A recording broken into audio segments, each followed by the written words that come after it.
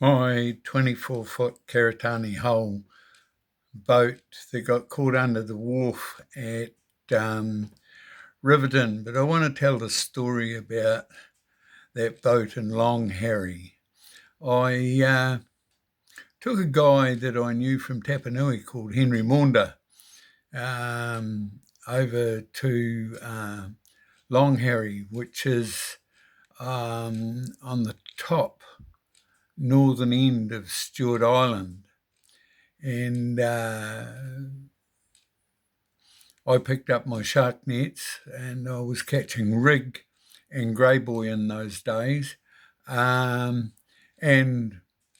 I put him ashore to go and hunt a deer while I filleted the sharks, which were really good money at those days. These were the rig, small sharks that eat paddle crabs and small crayfish, and the grey boy are just a bit bigger. They eat crabs and small fish and things like that, but mostly paddle crabs as well.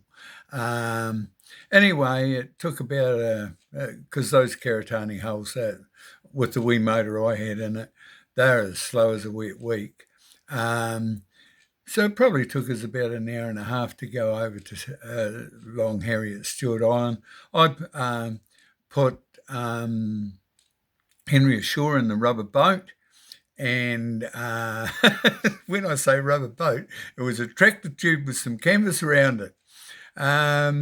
And I proceeded to fillet these sharks.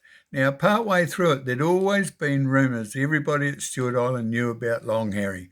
This was this great big white pointer that lived up there at Long Harry. I'd never seen him, and I'd dived there lots of times and that.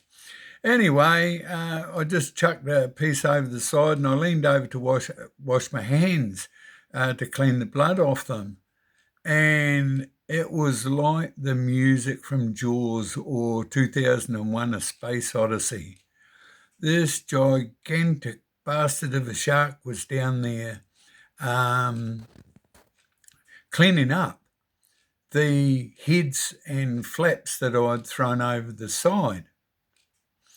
Well, instantly I went into top gear. I'm going to get this shark. So I did have a big shark hook on board, and I put a couple of greenbone in it, slit its guts and threw it over the side. And then common sense started to set in because I had a look at this shark. And the boat was 24 foot long, and I swear that the shark was longer than the bloody boat. And I thought, God, if I catch it, it will pull us in. And if it gets us in the water, it's going to eat us. So I got a bit frantic then, pulling this bloody shark hook back up. I'd put two of them over the side, and I was freaking out that the shark would, but it was that preoccupied with these grey boy heads and flaps, and the same from the rig on the bottom, that it didn't even pay any attention to the greenbone, which probably wasn't its natural prey anyway. I'd say its natural prey was more to be small sharks and seals and sea lions. Anyhow, I got this thing back up, and then I started to stress because I thought, what if Henry gets a deer? And Henry's a good hunter, so the chances are he's going to get a deer.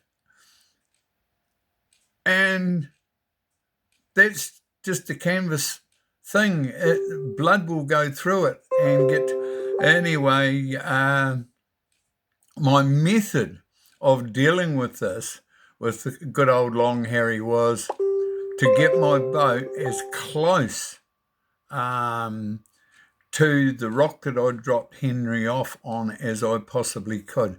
He probably had 10 feet to go when he came back, and sure enough, he had a bloody deer. And I thought, well, there's no point in telling. By this time, Long Harry had cleaned up all the shark heads and was gone. It was probably an hour later. But I was still freaking out because I wanted to tell him, but at the same token, I knew he would be wanting to get home. So anyway, I got him on board and I said, you should have seen the size of the bloody white pointer I seen down there. Henry. And he didn't seem worried at all, but that was because he hadn't seen this thing. And I see these days that they're saying big white pointers are 16 feet. Well, we must have killed them all or something, because I saw quite a few massive white pointers around Stewart Island. On another occasion, I was diving at off Christmas Village. We had a possum camp up there, and I went powering as well. And again, it's funny how this bloody 2001 A Space Odyssey, I think it's called Orpheus, the music. And it's big organ music and that. And I heard the music before I saw the shark. And I was probably about 20 feet down, and I turned around and this thing looked like a bloody submarine. Or an ad for Brylcreem. Not that it had its mouth open that much. I could see a few teeth, but not much. Well, I absolutely shat myself, and I stayed down there till I was going to drown on that breath. And then eventually scrambled my way up the rocks and tried. I was probably still doing 50 k's an hour when I hit the beach, because I was in an absolute panic over the shark, which, had it wanted to eat me, it would have done it easy. Every one I've ever seen, if it had been going to eat me, it would have done so relatively easy. And the last one was I was a bit closer to Half Moon Bay. This was on Stewart Island again. And I swam over a rock this day while I was power diving. And all I saw was an ad for McLean's toothpaste. It was all bloody teeth. I must have scared it that much that it regurgitated the contents of its guts. And then I thought it had bit me, because I got a hell of a whack on my side. And I thought, oh, this is the end, I'm going now.